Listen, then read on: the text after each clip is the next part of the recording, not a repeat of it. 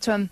Anyway, right now on this special road report from Denmark, it's time to meet the headlining band, Bolt Thrower, and I'm joined by Andy and Karl. So welcome to Headbangers Ball, you guys. How's the tour going from your point of view? Yeah, fine so far. It's been really good, you know. Germany's been the best, you know, so, but overall the whole tour's been really good for us so far, and hopefully the rest of it should go just as smoothly, so yeah. It's a very long tour, isn't it?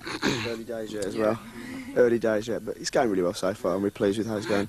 Probably our best tour so far, so it's going well. Well, let's talk a little bit. You know, this is the first time you guys have been on the Headbangers Ball. Obviously, we've played your videos, but it's the first time we've actually got you here in person. So could you start off by giving our viewers a little kind of history of Bolt Thrower? Yeah, well, I mean, the band started in '86.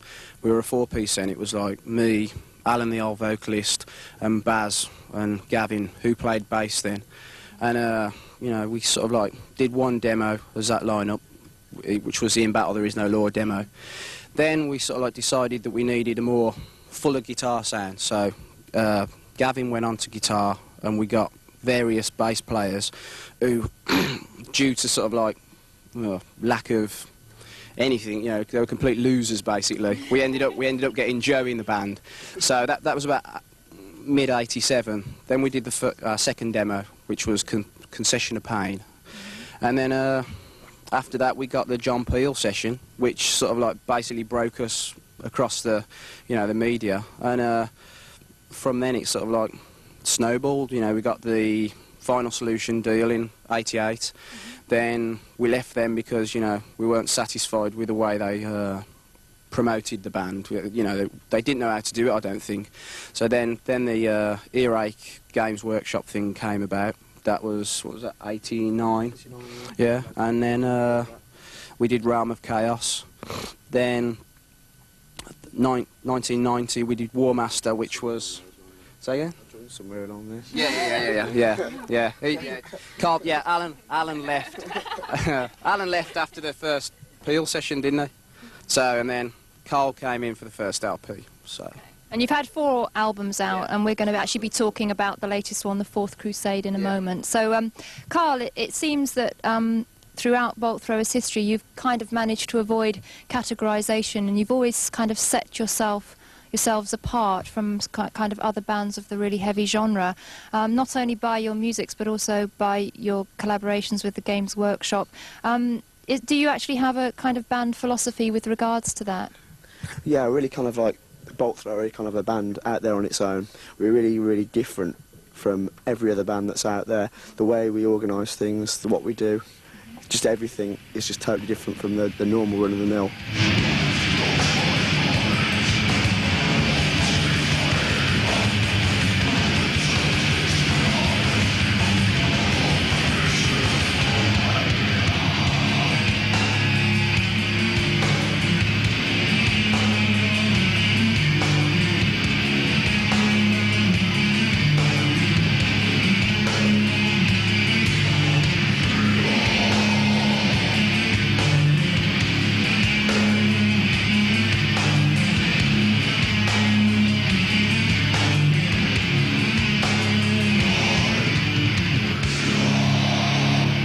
Lyrics on the new LP, the Fourth Crusade, they're written on a more kind of personal level as well. They kind of relate to a more wider kind of variety of issues and topics, really.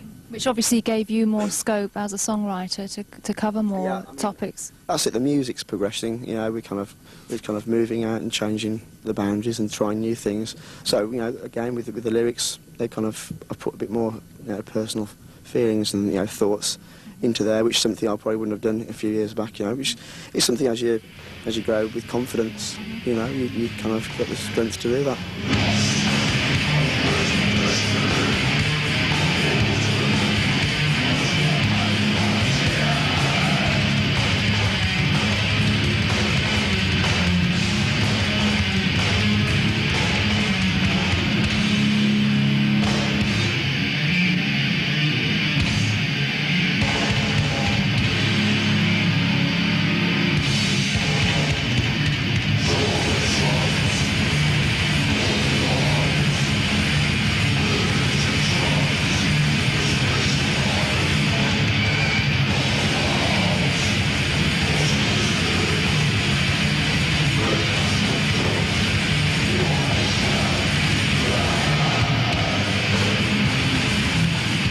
one was to look for a kind of a theme on the album, do you think that the term human stupidity could kind of sum it up, looking overall at the songs?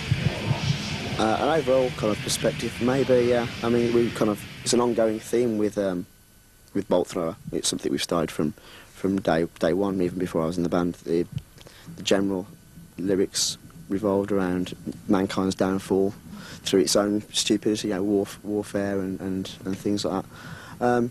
So yeah, generally, yeah, but there's a wider issues in there. You know, there's a lot to do with religion's hypocrisy in there, which, you know, is kind of pretty relevant, and a lot of other songs which kind of like about, say, one on there about everyday life, you know, ritual. It's about kind of everyday existence, you know. So there's a kind of quite a wider kind of variety of topics on there. But yeah, okay, yeah, generally speaking, it's a band kind of thing, you know, a term that was kind of an ongoing theme within the band of, you know, mankind's downfall. It's something we find interesting through warfare, which is an ongoing topic as well.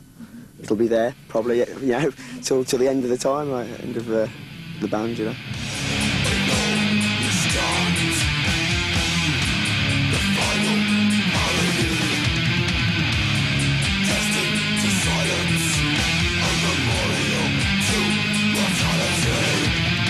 We just weren't satisfied with the last video that we did, CENOTAPH. It was nothing that we wanted. We wanted like a lot more live shots, you know, not just, you know, flapping about, you know, or like, we didn't like it, you know, so we just decided, you know, why bother?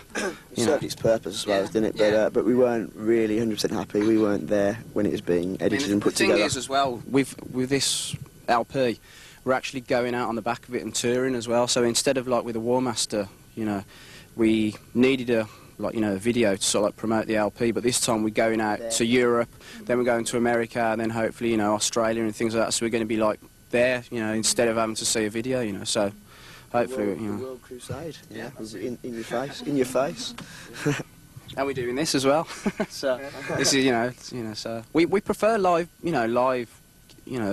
perspective of like the whole thing. You know, it's sort of like a lot of videos, you know, sort of like arty-farty kind of thing, you know. We're not into that. We just want to show us playing, because that's what Bolt Thrower's about, you know. We're about 5 people playing on stage.